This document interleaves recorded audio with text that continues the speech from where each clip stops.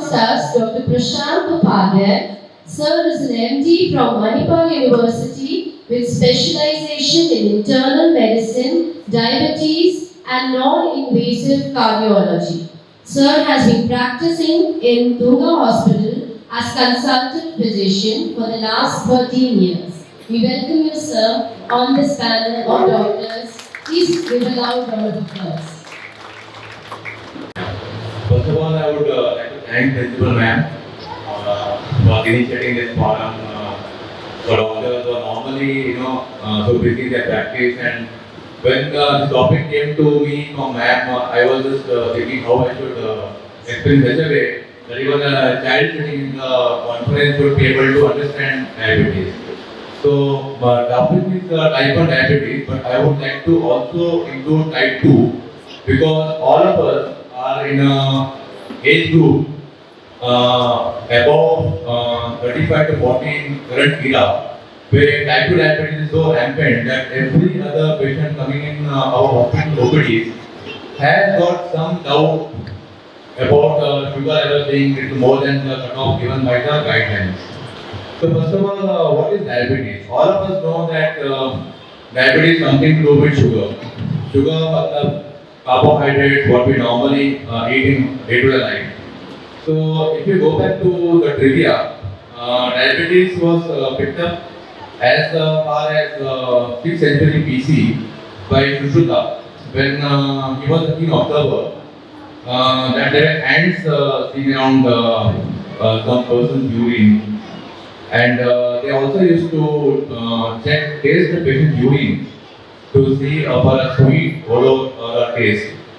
So diabetes word has come from Latin and Greek, where diabetes means to pass and mellitus means sweet. So it is basically passing sweet urine. So why diabetes happens? So to understand this, we have to just understand the basics of our digestion. That when we eat food, the carbohydrate component that comes in our food, that is all of us know that whatever rice, wheat, all the components, even fruit, has got something called carbohydrate. So there are four components of food, as we all heard, studied in our high schools and college about carbohydrate, protein, fat, and fiber. So carbohydrate, when we eat in our food, they are digested by the stomach. There is an organ called pancreas, which has got two components. One is the endocrine and exocrine part.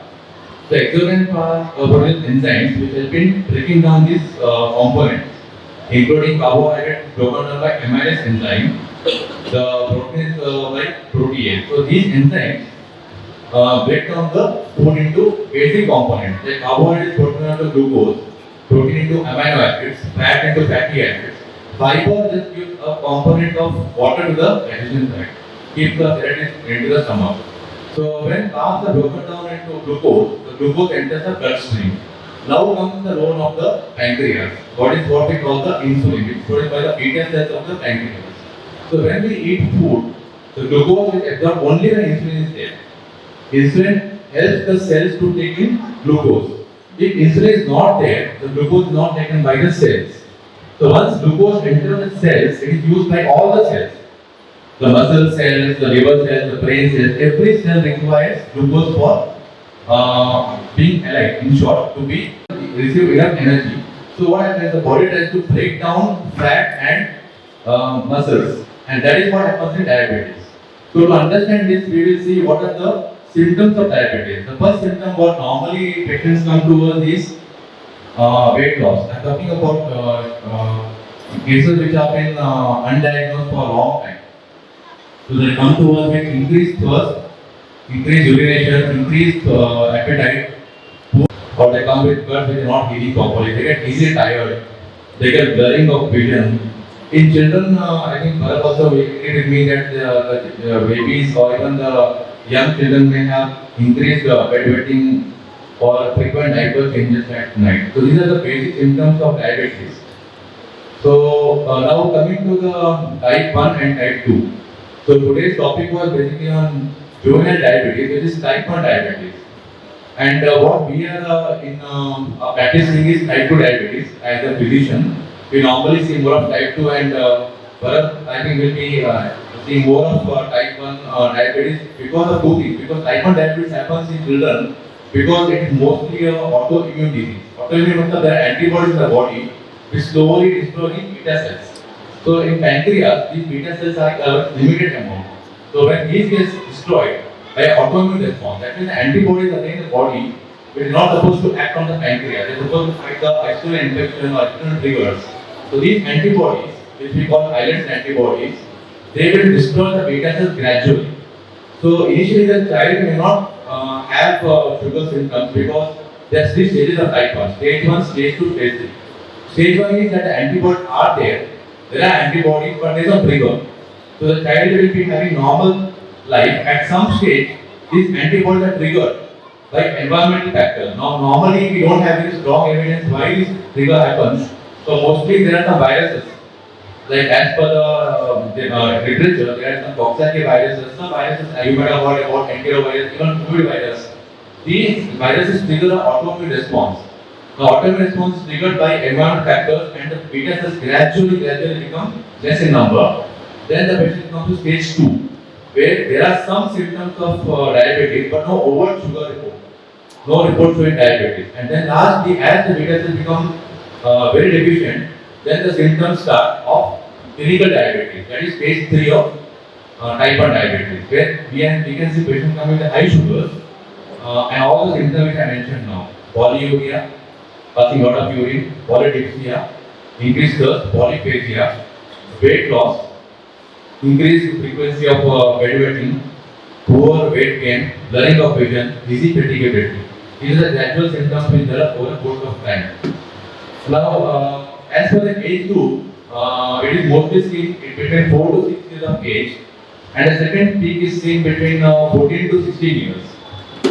Geographically, if you see, this type 1 diabetes per se is seen in some areas like Finland and Sweden, where there is a huge number of cases of type 1 diabetes. Now, there is one literature which says that the early introduction of cow's milk may be one of the triggers for antibodies to overtake the pancreas. Second is viral infections, and third may be some immune response. Like these patients who have type 1 diabetes also have other autoimmune diseases like thyroid-related diseases. There is something called celiac disease which affects the gut. These are commonly linked diseases with type 1 diabetes. So once we have a patient coming to the clinic, even when they come to a pediatrician or a physician, if they come with these symptoms which I mentioned previously, how we do is we do a blood test. We do a random blood sugar. If the random blood sugar comes more than 200, then the next step is to do a fasting blood sugar and a post-lunch blood sugar. So fasting blood sugar is done after overnight fast. The cutoff given by the American Diabetic Association, which is every year they update the guidelines. So now the guidelines say that any fasting sugar more than 126, post-lunch blood sugar after 2 hours more than 200, and there is something called a 3-month average of sugar, which is called glucose and hemoglobin, more than 6.5. These three criteria put the patient to label of being a diabetic. Because there is something called pre-diabetes. Pre-diabetes is a level that is just above 110 but less than 126 in fasting. Post-lunch less than 140 and 199. Now, second thing is now how to go about type 1 diabetes and type 2 diabetes. In type 1 diabetes, once you get a child coming with high sugar, we have to also check them for antibodies, because if antibodies are positive, it confirms the diagnosis of type 1 diabetes. So there are some diabetic antibodies like GAD antibody, which is available in metropolis lab, even good labs like SRL. So these antibodies give us the confirmation that yeah, this is type 1 diabetes, because you may have a doubt whether your child is type 1 or type 2. So obviously because of obesity seen in children, because of lifestyle, even type 2 is common in children. So it's very difficult for a doctor to say on the spot whether your child is type 1 or type 2. But if the antibodies are positive, it mostly goes towards the type 1 diabetes. If antibodies are negative, still it is a clinical judgment. Clinically, if sugars are more than 500 range, I'm talking rough average, it mostly goes towards type 1 diabetes. So once the patient comes to the hospital, once we have done the clinical workup and the diagnosis is done, diabetes. Now question comes how to treat the patient. Invariably, type 1 diabetes requires insulin. There is no oral medications for type 1 diabetes. So the only way to start insulin. When the moment we say insulin, there is a lot of hesitation. There is a lot of negativity about long-term treatment because as per current guidelines, there is no cure for diabetes type 1. There is no vaccination, there is no stem cell therapy given by ADA as of now. There are something in pipeline. There is isolated cell transplantation, there is something called gene therapy, but they are all research mode actually. So insulin has to be started in all the patients who have type 1 diabetes. In type 2 diabetes, yeah, there is oral medications, there are a lot of tablets, there are a lot of lifestyle modifications which can prevent progression towards the type 2 diabetes. But insulin has to be started once diabetes is confirmed. So before we start insulin, we have to have a thorough assessment of the patient's diet, understand the lifestyle of the patient. Because as one of the parents told that the child leaves home early morning without having breakfast. So type 1 diabetic has to have a meal which has to be timed according to his timetable, according to the insulin dosages. So currently insulin is available in multiple daily injections that we have to give insulin pre-meals. One insulin comes before breakfast, one comes before lunch, one comes before dinner. And there is one more insulin called a basal insulin which is given bedtime. So this is called a basal bolus regimen. So all the children who have type 1 diabetic who are coming to school early morning, so they have to have time given to them to have a breakfast which is sufficient to tide over the insulin dosages. So this is very important for the school also to inculcate in their regular timetable because diet is the core of diabetes in type 1. Because insulin is given by the parent and the child comes to school without taking any breakfast or having a limited amount of calories. He may end up in the class with hypoglycemia, which is dangerous. Hypoglycemia happens when sugar goes below 60. The child may have a sweating episode, he may just collapse. And if it's delayed diagnosis or even delayed coming to hospital, then may have conversions also. So type 1 diabetic patients require a multi-centric approach where the school authorities, even the dietitian involved in the school activities should be also be involved about the child's timetable and the dosages. Now insulin dosages has to be according to the patient's body weight. Insulin is given 3 times just 15 minutes before the meals. So now here there is something called adjusting the dose. If the patient is sick, the baby is sick, then there should be special care taken in the school also that the sugar should be checked at frequent intervals. If you find that the child with diabetes is having some nausea, vomiting, immediately should be taken to the nearest hospital, get his sugar checked. If the sugars are below 60, immediately we have to involve a doctor or a hospital authority nearby. Now at the school, even at home also, the parents have to understand that the diabetes diet is timed in such a way that it is like a small meal given at frequent intervals. You can't have 3 heavy meals. Even for type 2 diabetes, you come to the routine OPD, we tell them to have food at intervals. A meal, heavy meal, and long gap always puts the risk of fluctuation sugar. It may either go more than 200 or it may come down less than 60. Now, currently, as per the ADA guidelines, there is something which is they are trying is oral insulins. As you would have seen, customer pumps which are available for customer patrons, they are trying inhaler therapy of insulin for diabetic patients. So it is approved for type 2 diabetes. For type 1 diabetes, it is a pipeline where they are giving the insulin as an inhaler. So this will free the children from breaks of insulin.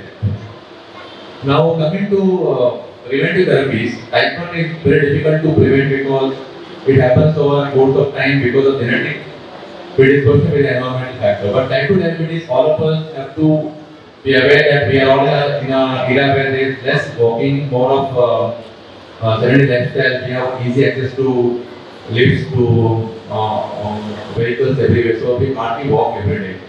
So we have to have a preventive like a diet which is less carbs, more of fiber-based food, and walk at least 30 to 45 minutes per day. Even type 1 diabetics, we advise them to walk at least 60 minutes.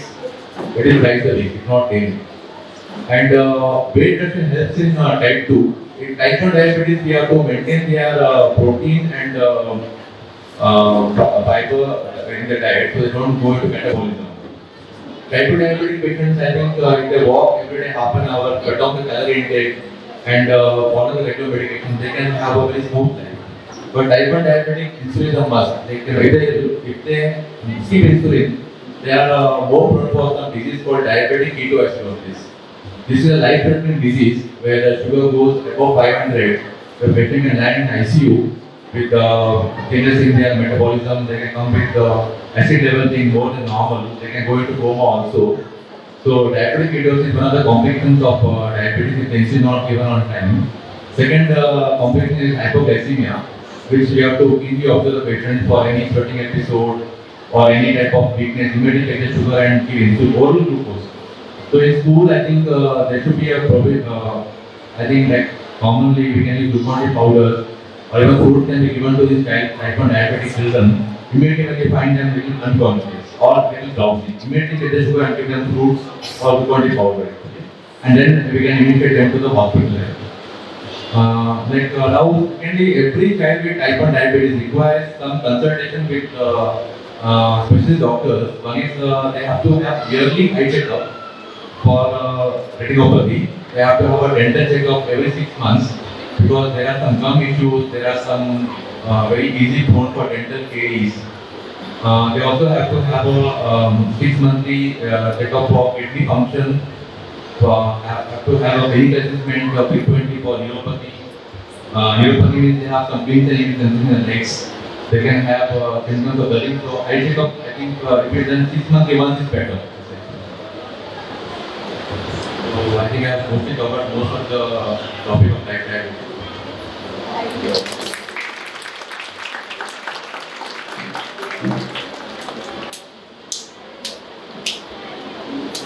Thank you so much, Dr. Upadhyay, for sharing the insight into the diabetic world and letting us know about the causes and the solutions for the diabetes. We will be having the questions session. Like you can put your questions in the drop box and along with your email ID and your phone number, and we can get back to you.